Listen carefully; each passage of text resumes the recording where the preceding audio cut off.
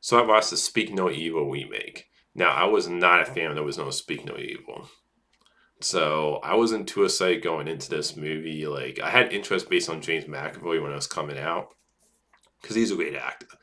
And I gotta say, I love this remake. I prefer this so much over the original.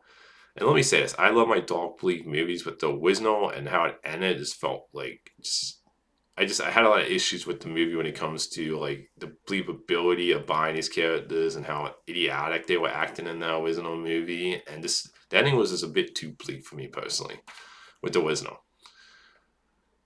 But I thought this remake was very entertaining. James McAvoy to me is a standout. The whole cast is great, but he's a standout in the movie. Where he's a very he's an unhinged character.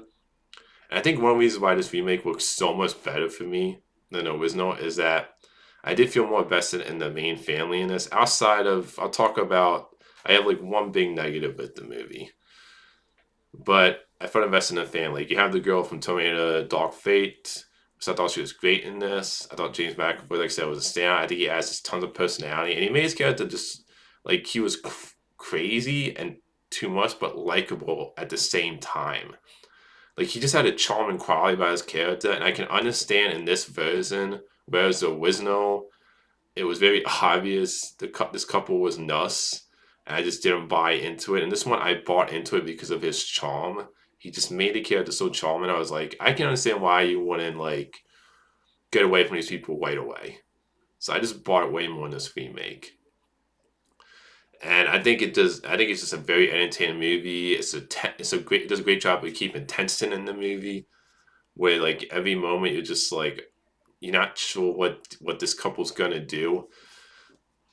And I love the end of this movie. I love the fact it ends on a happy note, and I love what happens to James McAvoy's character with the kid he has. Like to me, I was like, yes, that to me, that emotional moment hit me, and it just does a great job having tension in this movie and making you care about the characters and really making it entertaining wide. I would say the two negatives, and one's a nitpick, is that this doesn't really bother me, but it is predictable. The first two acts of this movie is pretty much the exact same as the first two acts of the original. The third act of this movie is where it goes in a different path. Which I prefer the much more happier ending of this original of the excuse me, the much more happy ending of this remake. I know some people I can see some people not liking the fact in the remake they go for more of a happy ending with this movie, but I personally preferred it way more.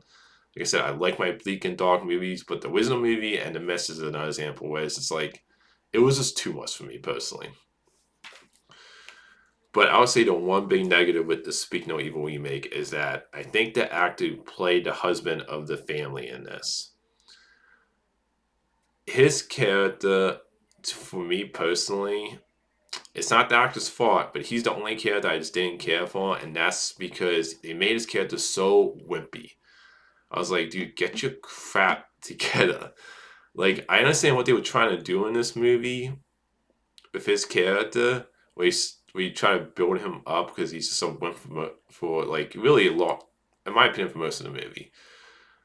But he becomes so useless in this movie. Even in the third act, there's like a scene with throwing like a flaming like a glass straw that's on fire, like a rag around it. And you see him screwing that up. And then one of the guys attack him on the floor. His wife like saves him. He never gets any moments in this movie where I feel like he eventually like steps it up and does something important, does something badass.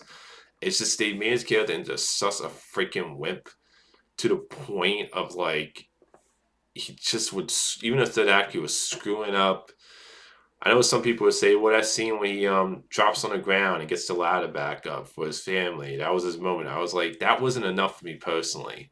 Like for most of the movie, actually for the whole movie, he does absolutely nothing useful in my opinion, and he just acts like such a wimp in this movie that it really made me just like he's the one that came off the idiot to me in this movie a lot of times because I understand what you were trying to do with his character in the movie. It's not the actor's fault, but they made his character way too wimpy, in my opinion.